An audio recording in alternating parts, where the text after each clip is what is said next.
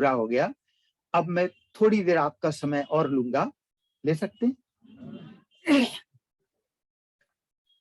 मैं एक बात आपको बताना चाहूंगा कि देखिए, अब वर्तमान समय बहुत कम समय है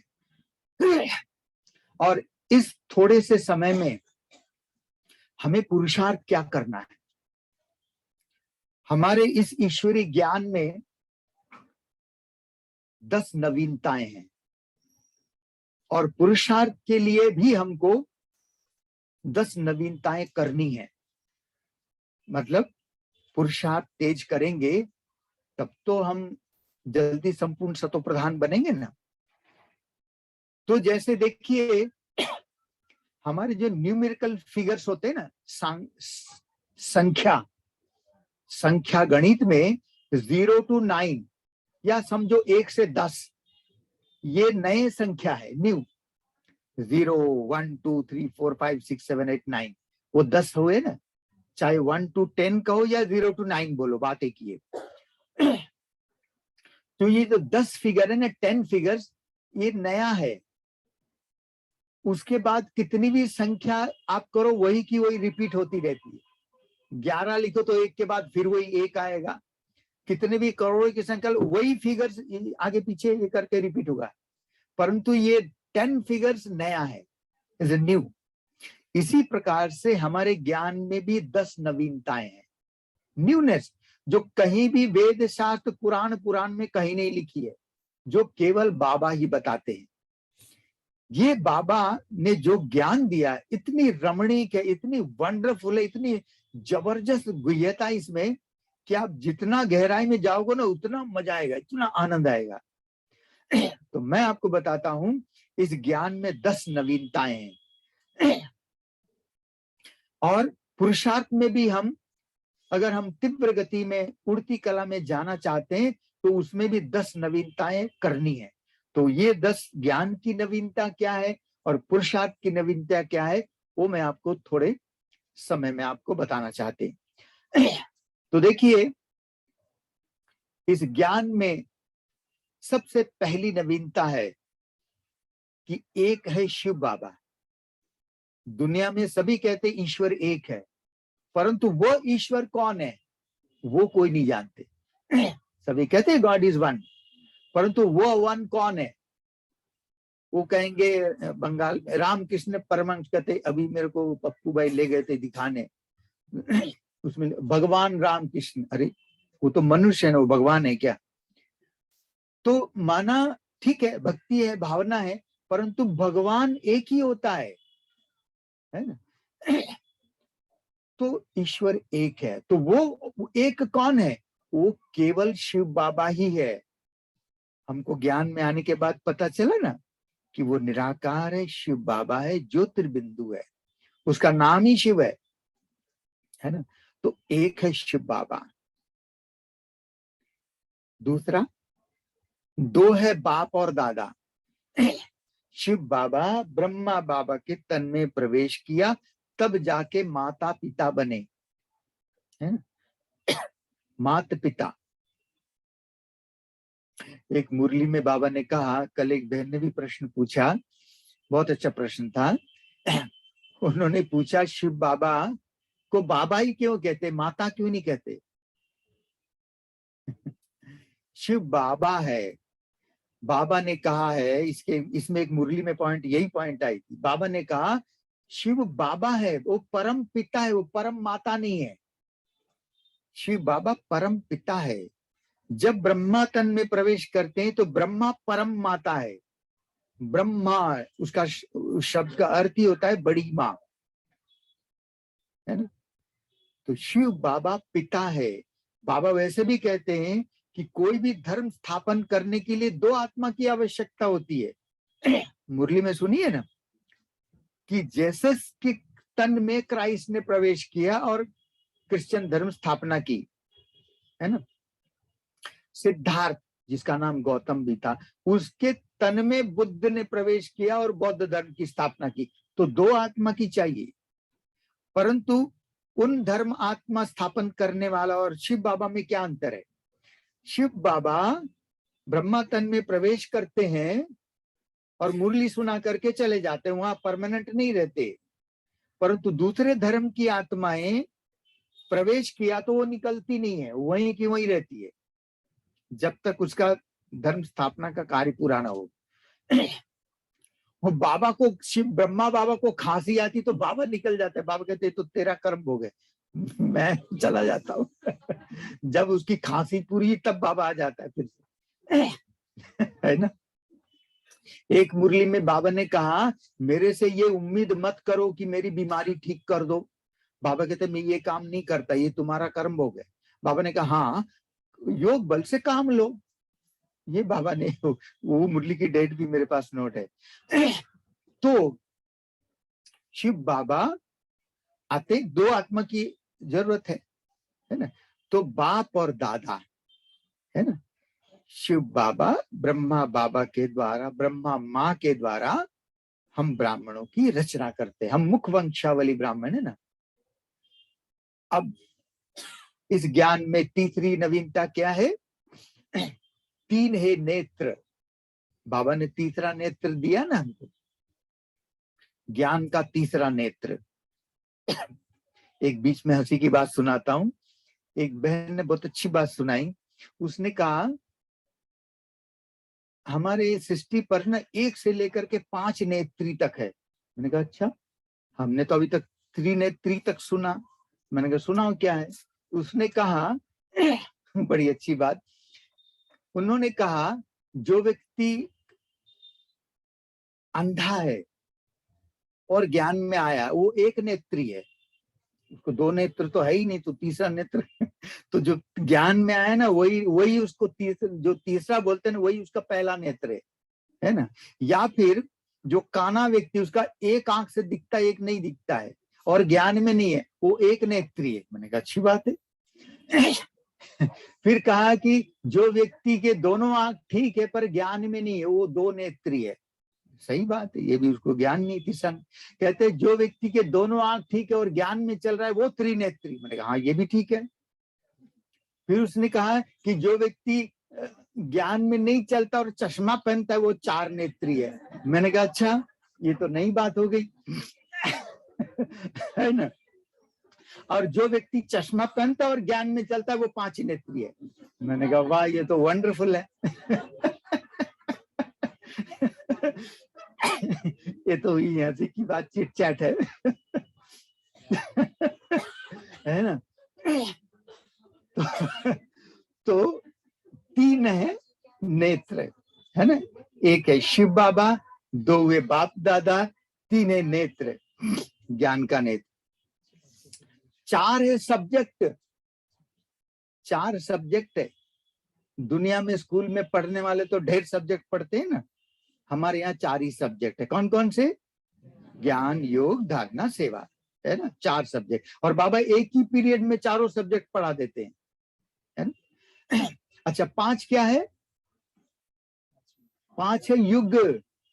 दुनिया वाले 4 ही युग जानते हैं, बाबा ने हमें 5वां युग के बारे में बताया। ये नवीनता है ना, ये हमारे ज्ञान की नवीनताएं हैं, है ना।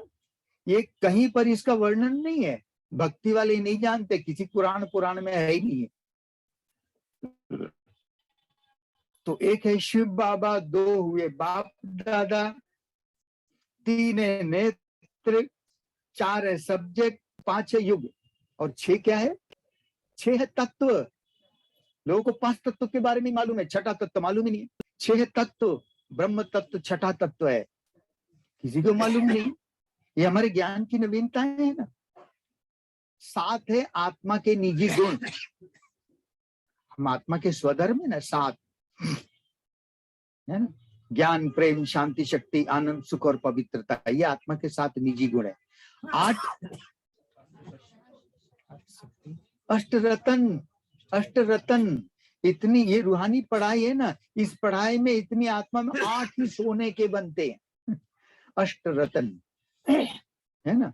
और 9 क्या है? 9 लाख प्रजा, सतयुग की पहली प्रजा, 9 लाख प्रजा है। और 10 क्या है? 10 है विजय ध्वजा। हम यहाँ विजयादशमी मनाते हैं ना, विजय ध्वजा, अर्थात आत्माएं 5 विकारों पर विजय प्राप्त करती है इस योग बल से, और 5 तत्वों पर, है ना, माया जीत और प्रकृति जीत। 5 विकारों पर विजय और 5 तत्वों पर विजय। तो ये है 10। तो हमारे ज्ञान में ये 10 नवीनताएं हैं, है ना। और बाकी जितनी भी है वो इसी को इधर उधर करो तो सारी नवीनताएं और मिलेगी। परंतु जैसे न्यूमेरिकल फिगर 0 to 9 है ना, वैसे 1 to 10 ये 10 बातें हमारे ज्ञान में नवीनता है, विशेषताएं हैं। अब हमें पुरुषार्थ में क्या नवीनता करनी है? पुरुषार्थ में हमें नवीनता करनी है, वो भी 10 बातें। पहली बात है, हम सभी का जो अंतिम पेपर होगा वो कितने समय का होगा? 1 सेकंड। 1 सेकंड का पेपर, अंतमते सो गते। और उस 1 सेकंड में के पेपर में पास होने के लिए संगम युग के हर एक सेकंड को वैल्यू देनी है। हर एक सेकंड महत्वपूर्ण है ना। हर एक सेकंड को जो महत्वपूर्ण सफल करेगा, एक एक सेकंड को जो सफल करेगा, तो वो बहुत काल का अभ्यास ही अंत काल में पास कराएगा, है ना। तो 1 सेकंड का पेपर हमें ये ध्यान में रखना है। पुरुषार्थ की दूसरी नवीनता क्या करनी है? 2 है, डबल लाइट फरिश्ता बनना है। डबल लाइट फरिश्ता। मैं आत्मा भी लाइट, और मुझ आत्मा के सारे बोझ भी शिव बाबा कहते हैं मुझे दे दो हल्के। एक लाइट आत्मा और दूसरी हल्की। सब बाबा 1300 है ना, मेरा सो तेरा, तेरा कर दिया, सब तेरा, सब कुछ बाबा का, है ना। हल्के हो गए, निश्चिंत हो जाते। तो जब हम सब कुछ बाबा पर छोड़ देते हैं, निश्चय बुद्धि बनते हैं, तो बाबा हमारी जिम्मेवारी लेता है ना। जब हम अपने लिए सोचते रहते हैं तो बाबा अलग हो जाता है, कहते हैं ये तो सोच ही रहा है। तो इसीलिए डबल लाइट फरिश्ता। तीसरे नंबर में क्या पुरुषार्थ करना है? 3 बिंदी लगानी है। 3 बिंदी, मैं आत्मा बिंदी, मेरा बाबा बिंदी, और जो बीत गया फुल स्टॉप बिंदी, ड्रामा बिंदी, है ना, ड्रामा बिंदी। अब 3 बिंदी लगानी है। जो बीत गया वो बिंदी है। Drama is a break, full stop. जो होने वाला है वो, उसमें ड्रामा नहीं लगानी है। जो हुआ नहीं है वो पुरुषार्थ है, और जो बीत गया फुल स्टॉप, ड्रामा लगाना। Drama is a break, full stop लगाना। अब चौथी नवीनता क्या करनी है? यहीं बैठे बैठे, कोरोना काल है, मधुबन नहीं जा पा रहे, 4 धाम की यात्रा यहीं से मन से करना है। यहीं से हम मधुबन चले जाएं, सूक्ष्म रूप में 4 धाम की यात्रा करें। और ये 4 धाम वास्तव में 4 सब्जेक्ट ही है, क्योंकि बाबा ने कहा है कि जब बहुत व्यर्थ संकल्प चले तो कहाँ चले जाओ? हिस्ट्री हॉल में चले जाओ। तो हिस्ट्री हॉल में क्या होता है? बाबा मुरली सुनाते थे। तो यह ज्ञान का सब्जेक्ट। व्यर्थ संकल्प चल रहा है, उसका एंटीडॉट है समर्थ संकल्प। समर्थ मुरली समर्थ संकल्प है ना। तो ये ज्ञान का सब्जेक्ट है। फिर बाबा ने कहा बहुत अपने को शक्तिशाली बनाने का उमंग आए, संकल्प आए, तो कहाँ जाओ? शांति स्तंभ में। तो ये योग का सब्जेक्ट। शक्ति, आत्मा में शक्ति भरनी है, योग से शक्ति भरेगी। फिर बाबा ने कहा बाप समान उमंग हो तो कहाँ चले जाओ? बाबा के कमरे में। तो ये धारणा के सब्जेक्ट है। बाप समान बनना है, संपूर्ण बनना है, ये धारणा की सब्जेक्ट। फिर बाबा ने कहा कि बाबा से रूरियान करनी हो, है ना, तो वो कहाँ चले जाओ, कुटिया में चले जाओ। कुटिया में बाबा क्या करते थे, बाबा पत्र लिखते थे, बाबा सेवा करते थे। तो ये सेवा का सब्जेक्ट, चाहे स्व सेवा के लिए रूरिहान करो, चाहे विश्व सेवा के लिए, तो ये सेवा के सब्जेक्ट। तो 4 धाम की यात्रा है ना। और पांचवी बात, पुरुषार्थ में क्या करना है, 5 स्वरूपों का अभ्यास। ड्रिल बाबा ने बताई ना, 5 स्वरूप का अभ्यास। पहला स्वरूप अनादि स्वरूप, फिर दूसरा है आदि स्वरूप, फिर तीसरा है पूज्य स्वरूप मध्यकाल, फिर चौथा ब्राह्मण स्वरूप, और पांचवा फरिश्ता स्वरूप। ये 5 स्वरूपों का अभ्यास करना है। अब कई भाई बहने कहते हैं हाँ अभी कोरोना थोड़ा हल्का हुआ है और अभी थोड़ा धंधा चालू हुआ है, बिजनेस जो अभी तक ठप था अभी चालू हुआ है, तो कहते हैं थोड़ा अभी कमा लें, कर लें। तो 5 स्वरूपों के अभ्यास के बजाय 500 रुपए का अभ्यास चालू रहता है उनका, है ना। वही गिनती करते रहते हैं। तो हमें 5 स्वरूपों का अभ्यास करना है ना, वो भी करना है, बैलेंस रखना है ना। अब इस पुरुषार्थ में 6वीं नवीनता कौन सी करनी है, 6वीं नवीनता करनी है, वो है 6ठा विकार को पूर्णतः त्यागना है, 6ठा विकार छोड़ना है। 6ठा विकार क्या है, आलस्य और अलबेलापन। आलस्य और अलबेलापन, ठंडी है थोड़ी रजाई ओढ़ लिए थोड़ा और, तो आलस्य क्या है, शरीर की सुस्ती है आलस्य, और मन की सुस्ती है अलबेलापन। मन की सुस्ती हाँ कर लेंगे, कर तो रहे हैं, हो ही जाएंगे, ये अलबेलापन है। और शरीर की सुस्ती आलस्य है। तो आलस्य और अलबेलापन ये 6ठा विकार है। अगर पुरुषार्थ तीव्र करना है, उड़ती कला में जाना है, तो ये 6ठा विकार छोड़ना ही पड़ेगा। अब 7वें नंबर में 7वीं पुरुषार्थ क्या करना है, मुझे सतो प्रधान बनना है। सतो प्रधान अर्थात सतो प्रधान किसको कहते हैं, आत्मा में जो 7 गुण हैं, उन 7 गुणों की पराकाष्ठा तक पहुंचना है। 7 गुणों में 100% कैपेसिटी तक पहुंचना है ना। उसको कहते हैं 7 गुणों में प्रधान, तभी कहते हैं सतो प्रधान, है ना। 7 गुणों में 100%, उसको कहते हैं सतो प्रधान, है ना। अब 8वीं बात क्या करनी है, 8वीं बात का पुरुषार्थ ये है, अष्ट शक्तियां, अष्ट संबंध और अष्ट प्रहर। 8 में 3 बातें हैं। आपको कल सुनाया था, कल भी सुनाया था ना, या कब सुनाया था, अष्ट संबंध की बात, है ना, वो तो बात समझ में आ गई। अब 2 बातें हैं, अष्ट शक्तियां और अष्ट प्रहर, है ना। अष्ट शक्तियां तो हम सब जानते हैं, है? उन अष्ट शक्तियों को धारण करना है। और साथ में अष्ट प्रहर, अष्ट प्रहर माना समय, समय को वैल्यू देना। एक मुरली में बाबा ने कहा कि सारे दिन में 8 घड़ी होती है, मतलब 24 आवर्स में, 24 घंटे में 8 घड़ी होती है। 8 घड़ी माना अष्ट प्रहर होते हैं।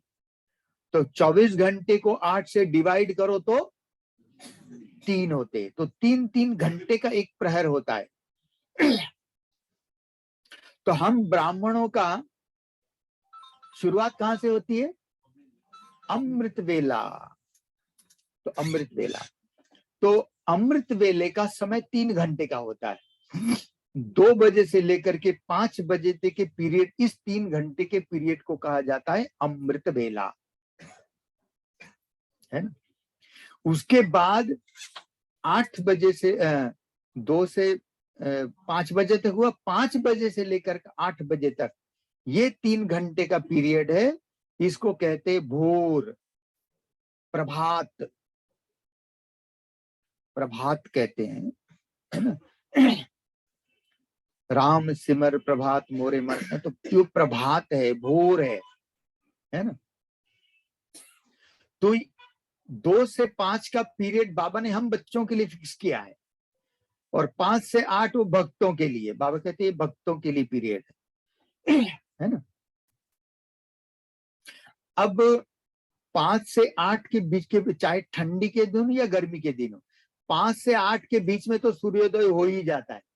गर्मी में जल्दी हो जाता है और ठंडी में थोड़ी देर से होता है ना।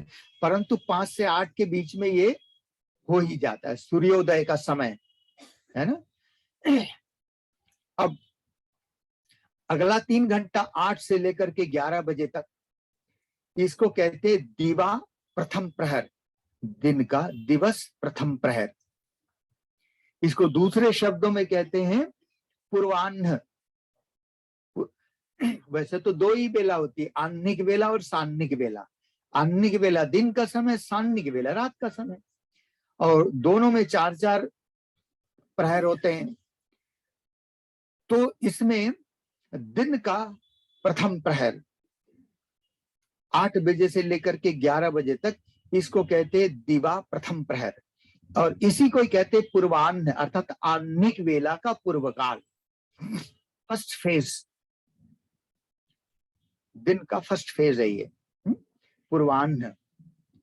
उसके बाद फिर 11 बजे से लेकर के 2 बजे तक का पीरियड, इसको कहते हैं दिवा द्वितीय प्रहर, इसको बोलचाल की भाषा में कहते हैं दोपहर, और इसी को ही कहा जाता है मध्याह्न, अर्थात आह्निक बेला का मध्यकाल, है ना। पूर्वाह्न, मध्याह्न। अब उसके बाद फिर 2 बजे से लेकर के फिर 5 बजे का समय, इसको कहते हैं दिवा तृतीय प्रहर, दिन का तृतीय प्रहर। इसी को दूसरे शब्दों में कहते हैं अपराह्न, ये अपराह्न है, पूर्वाह्न, मध्याह्न, अपराह्न, है ना, आह्निक बेला का लास्ट फेज। उसके बाद फिर 5 बजे से लेकर के 8 बजे तक का पीरियड को कहा जाता है संध्या काल, नुमा शाम, नुमा शाम, है ना। और इसी पीरियड को ही कहा जाता है गोधूली वेला। जैसे अमृत वेला हमारा बहुत इंपॉर्टेंट पीरियड है, इस पीरियड को कहते हैं गोधूली वेला। गोधूली वेला क्यों कहते हैं? क्योंकि हमारा भारत देश 70% गांव का देश है ना। पहले गांव में हर एक के पास घड़ी तो नहीं होती थी, तो जब सूर्यास्त होता था लालिमा छा जाती थी, तो जो गाय चराने वाले चरवाह है उसको गायों को ले जाते थे चराने के लिए, और जब वो लालिमा देखते थे सूर्यास्त की, उसको देख करके गायों को वापस ले आते थे। और गांव में गायें आती थी एक साथ तो धूल धूल उड़ जाता था, तो उसको कहते गोधूली वेला, गायों के धूल उड़ने की वेला, है ना, उसको कहते गोधूली वेला। ये नुमा शाम, अमृत वेला और गोधूली वेला, ये दोनों समय हम ब्राह्मणों के लिए बहुत इंपॉर्टेंट है ना। उस समय कहा जाता है कि देवताएं विचरण करते हैं। तो वो देवताएं कौन है? आप लोग शाम का जब नुमा शाम का योग करते हैं, जो अमृत वेला का योग वो हम खुद के लिए करते हैं, और नुमा शाम का योग हम विश्व सेवा के लिए करते हैं। तो देवताएं विचरण करते हैं, है ना। अब उसके बाद 8 बजे से लेकर के फिर 11 बजे तक का समय, उसको कहेंगे रात्रि प्रथम प्रहर, फर्स्ट फेज ऑफ नाइट, रात्रि प्रथम प्रहर। फिर उसके बाद 11 बजे से लेकर के 2 बजे का पीरियड को कहते हैं रात्रि द्वितीय प्रहर, मध्य रात्रि, है ना। और उसके बाद फिर आता है 2 बजे से लेकर के 5 बजे तक, ये रात्रि तृतीय प्रहर, और उसी को कहते अमृत वेला, है ना। तो ये हमारा अष्ट प्रहर है। अब हम इसको अष्ट शक्तियां और अष्ट संबंध से भी जोड़ सकते हैं। किस वेला में हम कौन सा बाबा से संबंध जोड़े, वो हम अपने अपने पर्सनल इंडिविजुअल हम डिवाइड करके बाबा से संबंध जोड़ सकते हैं। समय का महत्व समझना है तो इसको भी जानना जरूरी है। अब बाबा कहते हैं ना, सवेरे सो जाओ सवेरे उठ जाओ। इसका मतलब क्या? दिन सवेरे नहीं सोना, मतलब रात को जल्दी सो जाओ। बाबा कहते हैं 10 करो, बस 10 बजे तक सो जाओ, है ना, और 2 बजे तक उठ जाओ। मतलब अमृत वेला, जल्दी सोएंगे तो जल्दी उठेंगे। रात को 12 बजे खाना खा रहे हैं और 1-2 बजे सो रहे हैं तो क्या हाल होगा, कब उठेंगे, है ना। तो हम ब्राह्मण बच्चों की दिनचर्या तो हमारे हिसाब से होता है ना, हमारी ब्राह्मण की दिनचर्या, अमृत वेला तो हमारे बहुत इंपॉर्टेंट है। तो इसलिए बाबा कहते हैं 10 बजे के बाद वो टाइम खराब होता है, 10 से 2 बजे तक सो ही जाना है। वो निशाचरों का टाइम है ना, वो हमारे लिए नहीं है। तो ये पुरुषार्थ आपको बताया। 8वीं बात, अष्ट संबंध, अष्ट शक्तियां और अष्ट प्रहर, इसकी क्लैरिटी हो गई। अब 9वीं बात क्या करना है? पुरुषार्थ में जो 9वीं बात है वो भी बहुत इंपॉर्टेंट है। नवनिधि। नवनिधि, निधि माना खजाना। इन खजानों को सफल करना है और इन खजानों को बढ़ाना है। बाबा कहते हैं ना, अंत समय स्टॉक जमा करना है, तभी तो हम भक्तों को दान कर पाएंगे ना। तो इन खजानों को स्टॉक में जमा करने का अर्थ ही होता है, जमा का खाता बढ़ाने का अर्थ होता है इसको सफल करना, है ना। जिसको बाबा दूसरे शब्दों में कहते, धन दिए धन न खूटे। धन दिए धन न खूटे, इसी को बाबा कहते हैं नवनिधि। हम ब्राह्मणों के पास 9 खजाने, और इन 9 खजानों के अंदर सारे खजाने इसी के अंदर है। कहते नहीं कि अप्राप्त नहीं कोई वस्तु ब्राह्मणों के खजाने में। तो ये 9 खजाने कौन से हैं? जिसके अंदर सारे खजाने आ जाते हैं। उसको आप 3-3 में बांटेंगे ना तो सहज याद रहेगा। पहला 3 जो खजाना है वो है तन, मन और धन। तन, मन और धन, इसको सफल करना है। जितना सफल करेंगे उतना हमारा जमा होता जाएगा, है ना। तो पहले भी आपको बताया ना, जो करेगा सो पाएगा। तो ये तन मन धन, ये पहला 3 हो गया। दूसरा 3 क्या है? दूसरा 3 है समय, संकल्प और श्वास। समय, संकल्प और श्वास।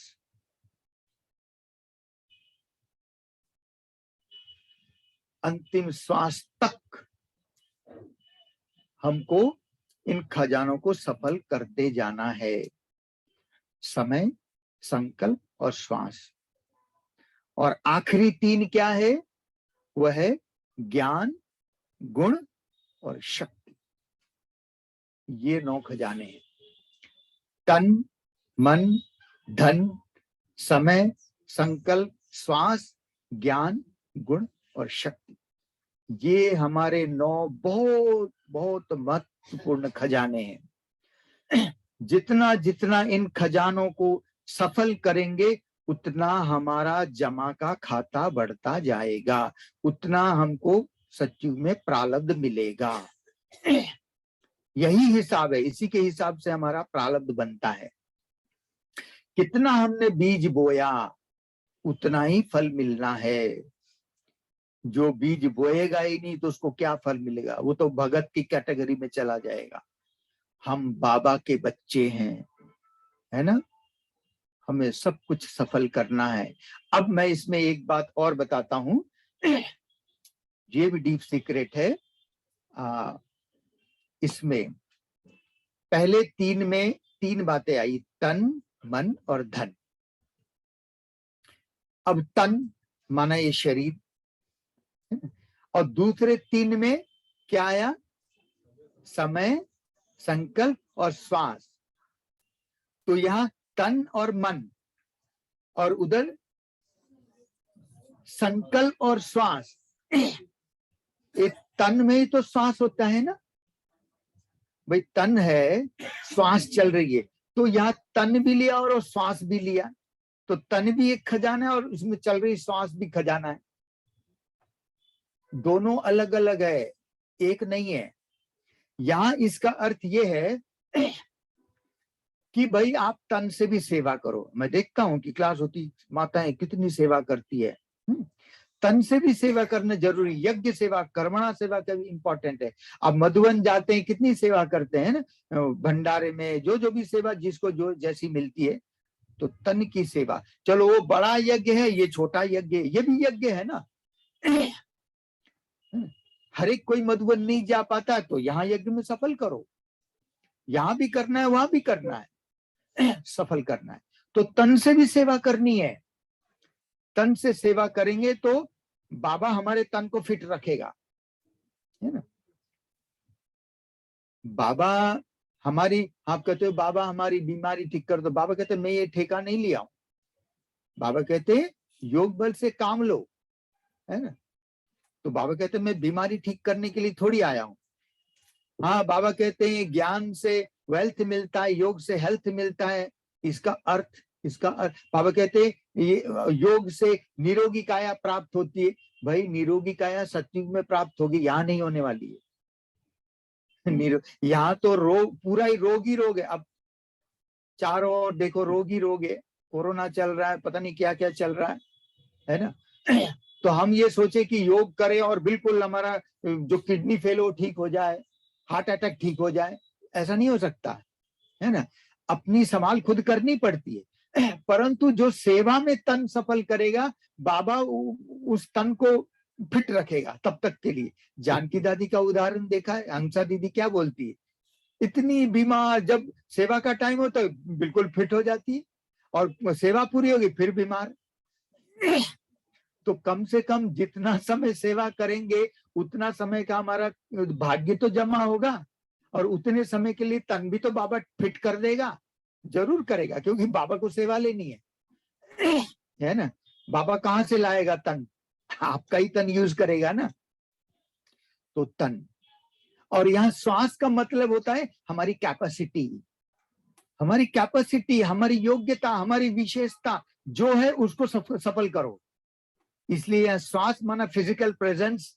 अब कोई कहता है मेरे को तो कुछ आता नहीं है पर मैं रिटायर हूं, ठीक है पहरा दो, ये भी बहुत बड़ी सेवा है ना। गाइड करो, ज्ञान सुनाओ, है ना। तो तन से सेवा, और श्वास का मतलब है हमारी कैपेसिटी, अंतिम श्वास तक हम कर रहे हैं। तो इसका दो अर्थ हो गए, एक ही अर्थ नहीं है। अच्छा, अब तन मन और फिर ये संकल्प, भाई संकल्प तो मन में ही उठते हैं ना। अब दोनों चीज अलग अलग है, एक नहीं है। क्यों? क्योंकि यह मन के दो कार्य होते हैं, एक संकल्प करना और दूसरा अनुभव करना, है ना। तो संकल्प, हमारे संकल्पों से भी सेवा करनी है। संकल्पों का खजाना भी बाबा कहते हैं, समय और संकल्प बहुत बड़े खजाने।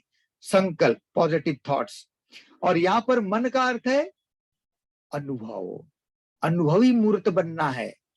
अनुभव, जितना अनुभव से भी हम सेवा कर सकते हैं, किसी को गाइड कर सकते हैं, है ना।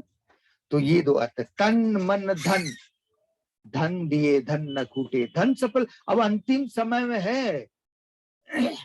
हाँ, इसका मतलब ये नहीं कि आप सब कुछ दे करके यहीं बैठ जाओ कि दीदी हमने तो दे दिया अब यहीं बैठ के खाएंगे, वो नहीं। मतलब बैलेंस रखना है ना, और अपना सफल करना है। सुदामा की चावल मुट्ठी का गायन है, वो सुदाना में भले ही वो कहानी है, पर बाबा सुदामा की मुट्ठी का चावल क्यों कहते हैं? भले गरीब हो पर चावल तो है ना, कुछ तो है, सफल करो। जो सफल करोगे कई गुना होकर के मिलने वाला है ना। तो हमें सफल करना है। अभी देखिए कई सेवाएं होती, केवल सेवा केंद्र ने, भाई अभी हमने सुना है कि वहाँ कोई मकान भी बन रहा है, तो भाई वहां तो वहां भी चाहिए, वहां भी हमें सफल करना है। आपको खुद ढूंढना है कि क्या हाँ हमें सफल करना है। तो इस तरीके से हमें खुद उमंग आना चाहिए, है ना। तो वो नहीं कहते, वो हमने सुनाया था, यहाँ नहीं सुनाया, वो दूसरी जगह सुनाया था कि हमारा जो बाबा कहते हैं ना, ज्ञान मार्ग है, ज्ञान मार्ग है और योग यात्रा है। तो यात्रा तो मार्ग पे ही करेंगे ना, तो ज्ञान मार्ग में हमारी याद की यात्रा चलनी है। और लंबी यात्रा है तो पैदल थोड़ी चलेंगे, गाड़ी चाहिए। तो ये गाड़ी है पुरुषार्थ रूपी गाड़ी, परंतु ये पुरुषार्थ रूपी गाड़ी है सेल्फ स्टार्ट होनी चाहिए, ये धक्का मार गाड़ी नहीं चाहिए, है ना। कोई बोले भाई चलो चलो चलो तब थोड़ा चल रहे हैं, ये सेल्फ स्टार्ट चाहिए, खुद को उमंग उत्साह आना चाहिए, है ना। कोई अनुभवी बोल रहे हैं भाई करो करो, है ना, तो कर रहे हैं, नहीं, खुद को उमंग आना चाहिए ना। तो हमें कौन सी गाड़ी बनना है, पुरुषार्थ रूपी कैसी गाड़ी चाहिए, सेल्फ स्टार्ट, खुद उमंग आना चाहिए, है ना। कोई जैसे गाड़ी से स्टार्ट नहीं हो तो चार लोग धक्का मारते, भाई थोड़ी इसकी गाड़ी स्टार्ट हो जाए, मदद करते हैं, वो भी ठीक है। कोई किसी की गाड़ी नहीं चल रही तो करना भी है ऐसा नहीं कि किसी की गाड़ी को छोड़ देना है, भले धक्का ही सी पर स्टार्ट तो कर दो। तो हमें अपने पुरुषार्थ को बढ़ाना है। तो ये नवनिधि है ना, तन मन धन समय संकल्प श्वास और ज्ञान गुण शक्ति, ये हमारे नवनिधि, ये नव खजाने हैं, है ना। अब 10वीं बात में कौन सा पुरुषार्थ करना है, वो बहुत इंपॉर्टेंट है। वो है हमें इंद्रिय जीत बनना है, विकर्मा जीत बनना है। हमारे शरीर में 10 इंद्रियां होते हैं, हमारे शरीर में 10 इंद्रियां हैं, और उनमें से 5 ज्ञानेंद्रियां कहलाता है और 5 कर्मेंद्रियां कहलाता है। कुल मिलाकर के 10 इंद्रियां होते हैं और उन 10 पर विजय प्राप्त करना है, अर्थात कंट्रोल, कंट्रोल, सेल्फ कंट्रोल, है ना। तो वो तो हम सभी जानते हैं, ज्ञानेंद्रिया कौन से, कर्मेंद्रिया कौन से हैं, जानते हैं ना सभी, या बताना है ना, बता दें। देखिए, ज्ञानेंद्रिय वो कहलाता है जो हमारे 5 सेंसेस है ना, 5 सेंसेस, 5 सेंसेस कौन से हैं, रूप, रस, गंध, शब्द और स्पर्श, ये 5 सेंसेस होते हैं, रूप, रस, गंध, शब्द और स्पर्श। और ये 5 सेंस 5 इंद्रियों द्वारा आत्मा बाहर के दुनिया के ज्ञान को उपलब्ध करती है। मतलब जो इंद्रियां आत्मा को बाहर की परिस्थितियों का ज्ञान उपलब्ध कराती हैं, वो इंद्रियां ज्ञानेंद्रियां हैं। जैसे आंखें, नैनों के द्वारा हम रूप भी देखते हैं और रंग भी देखते हैं, है ना। रूप और रंग ये नैनों के द्वारा हम देखते हैं, है ना। तो ये है क्या रूप है, किस व्यक्ति का क्या रंग है, क्या शेप है, ये सब हम देखते हैं। तो ये हो गया आत्मा को, ये इंद्रिया वो ज्ञान उपलब्ध कराती कि भाई ये इसका, इस ज्ञान का बोध कराती, तो ये ज्ञानेंद्रिया हो गए, है ना। ये ज्ञानेंद्रिया कर्मेंद्रिया भी बनती है, परंतु मुख्य रूप से ये ज्ञानेंद्रिया ही है। दूसरा रस, जीवा, टेस्ट, खट्टा है, मीठा है, कड़वा है, तीखा है, पता नहीं तेता कैसे कैसे, तो ये रस है ना। तो ये ज्ञानेंद्रिया है ना। गंध, नाक के द्वारा स्मेल, दुर्गंध है, सुगंध है, आत्मा को पता चलता है ना। और 1 2 3 हो गए। चौथा है शब्द या ध्वनि, वह कानों के द्वारा हम शब्द सुनते हैं, ईश्वरीय महावाक्य भी सुनते हैं इन्हीं कानों के द्वारा, है ना। तो आत्मा को फिर उस ईश्वरीय ज्ञान सुन करके वह आनंदित होती है ना, उसको रस मिलता है, ज्ञान का रस मिलता है ना। तो शब्द, फिर स्पर्श, ये स्किन, स्किन आज ठंडी है, हवा चल रही तो ठंडी लग रही, आज गर्मी है, तो ये स्किन जो है ना, ये अनुभव कराता है, ये सेंस कराता है। ये सभी जो ज्ञानेंद्रियां हैं, इसके नर्व्स तो ब्रेन से जुड़े हुए, और आत्मा यहाँ बैठी हुई है पिट्यूटरी ग्लैंड के ऊपर, आज्ञा चक्र, तो यहाँ आत्मा उसको सेंस करती है। तो ये इंद्रियां ज्ञानेंद्रियां कहलाती है ना। अब ये मुख, जीवा, इसके द्वारा हम बोलते भी तो ये कर्मेंद्रियां भी हो जाती है, परंतु मुख्य रूप से ये ज्ञानेंद्रियां है। अब कर्मेंद्रियां, तो 5 कर्मेंद्रियां हैं जो आत्मा जिन इंद्रियों के द्वारा बाहर काम कराती है उसको कर्मेंद्रियां कहते है ना। आत्मा ऑर्डर करती है और वो कर्मेंद्रियां बाहर वो काम करता है, एक्शन में आता है, उसको कर्मेंद्रियां करते हैं। जैसे हाथ, भाई मच्छर बैठा, मारो इधर, तो ये काम हो गया, है ना, आत्मा ने ऑर्डर किया, है ना। तो हाथ, हाथ के द्वारा काम करते हैं। पैर, इसके द्वारा हम घर से चल करके आप यहाँ आए, ये भी कर्म है, ये भी कर्मेंद्रियां है ना। तो हाथ पैर। फिर हमारा शरीर एक फैक्ट्री जैसा है, इस फैक्ट्री के अंदर फैक्ट्री चलती तो वेस्ट मटेरियल भी पैदा होते हैं, तो उस वेस्ट मटेरियल टॉक्सिन्स को बाहर निकालना, तो मल द्वार और मूत्र द्वार सारे शरीर के टॉक्सिन को बाहर करते, ये टॉक्सिन निकलना बहुत जरूरी है ना। तो ये कर्मेंद्रिया है ना? हाथ पैर मलद्वार मूत्रद्वार। अब 5वां जो कर्मेंद्रिया है वो है बाकी बचा जो यहां से यहां तक शरीर है ना, वो पूरा, क्योंकि इसके द्वारा ही, इसके अंदर ही हमारे इंटरनल ऑर्गन्स, पूरा शरीर जो है आंतरिक अंगों को जोड़ के रखा है, अंदर काम चल रहे हैं। अब जैसे कि हम बैठना, अब ये धड़ हम वर्टिकल है तो ये बैठना ये भी कर्म है ना। अब ये धड़ अपना हॉरिजॉन्टल लेट गए तो सोना भी कर्म है, तो बैठना सोना जागना ये भी कर्म है ना। तो ये 5 ज्ञानेंद्रियां हैं और 5 कर्मेंद्रियां हैं। इन कर्मेंद्रियों पर जीत पाना ये हमारे पुरुषार्थ के लिए, बाबा कहते हैं ना, ठंडी गर्मी निंदा स्तुति मान अपमान सब सहन करना है। तो ये है, हमने आपको बताया कि ज्ञान की 10 नवीन बातें और पुरुषार्थ में 10 नयापन